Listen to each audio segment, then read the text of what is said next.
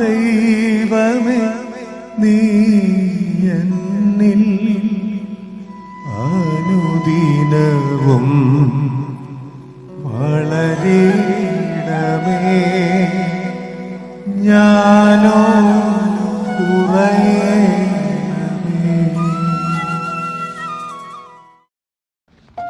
വിശുദ്ധ മത്തായി സുവിശേഷം അധ്യായം 5.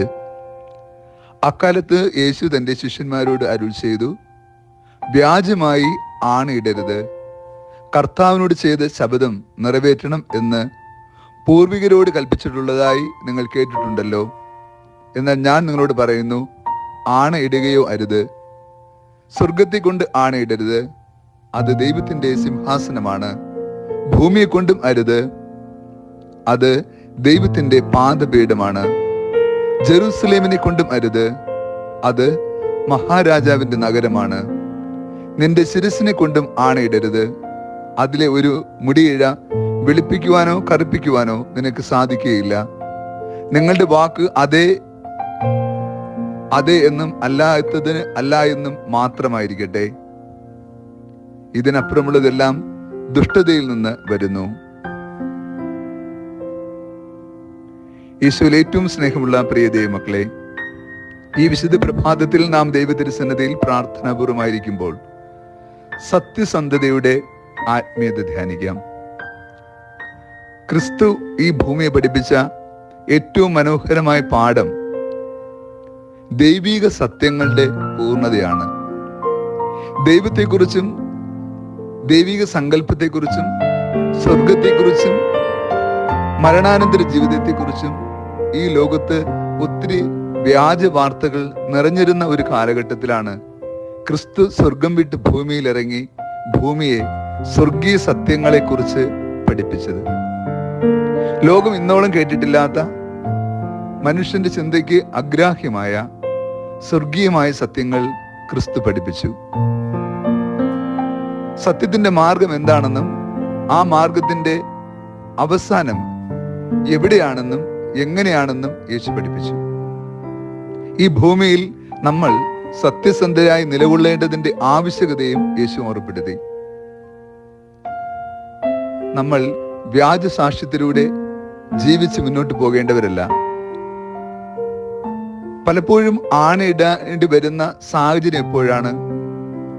ഒരു കാര്യം അവരെ ബോധ്യപ്പെടുത്താൻ വേണ്ടിയിട്ടാണ് നമ്മളത് ചെയ്യുക.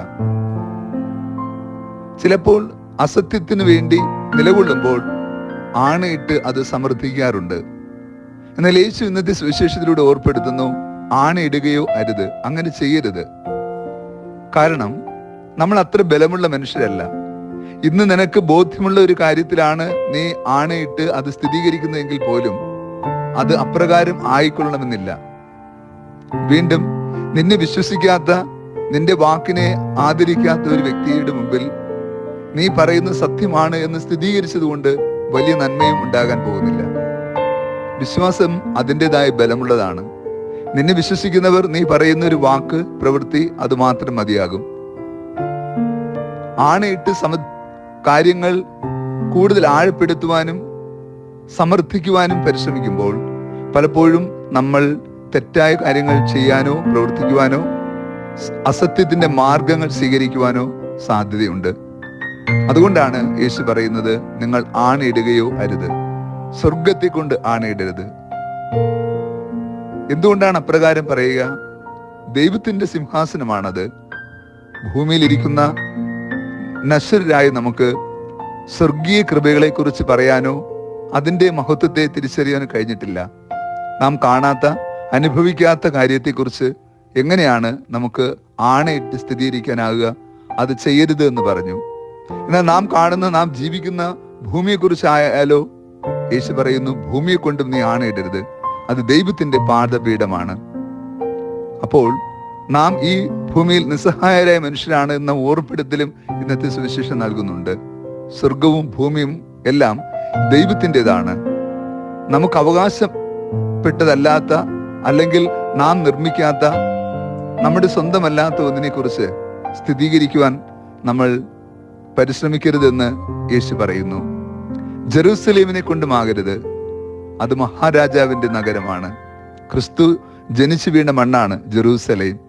ഭൂമിക്ക് സ്വർഗീയ കൃപകൾ തുറന്നു നൽകിയ ഇടവും അത് തന്നെ.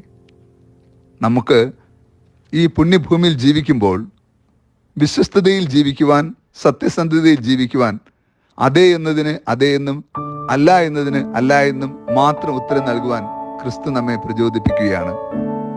പ്രിയ ദൈവമക്കളെ, നമ്മുടെ വാക്കും പ്രവൃത്തിയും ജീവിതമൊക്കെ ദൈവിക പരിപാലനയ്ക്ക് വിധേയപ്പെട്ടതെങ്കിൽ, അവന്റെ വചനത്തിനും കൽപ്പനയ്ക്കും അനുസൃതമെങ്കിൽ, നാം ഈ ഭൂമിയിൽ ആരെയും ബോധ്യപ്പെടുത്താതെ ദൈവത്തിന് യോജ്യമായ ജീവിതം നയിക്കാൻ നമുക്ക് സാധ്യമാകും.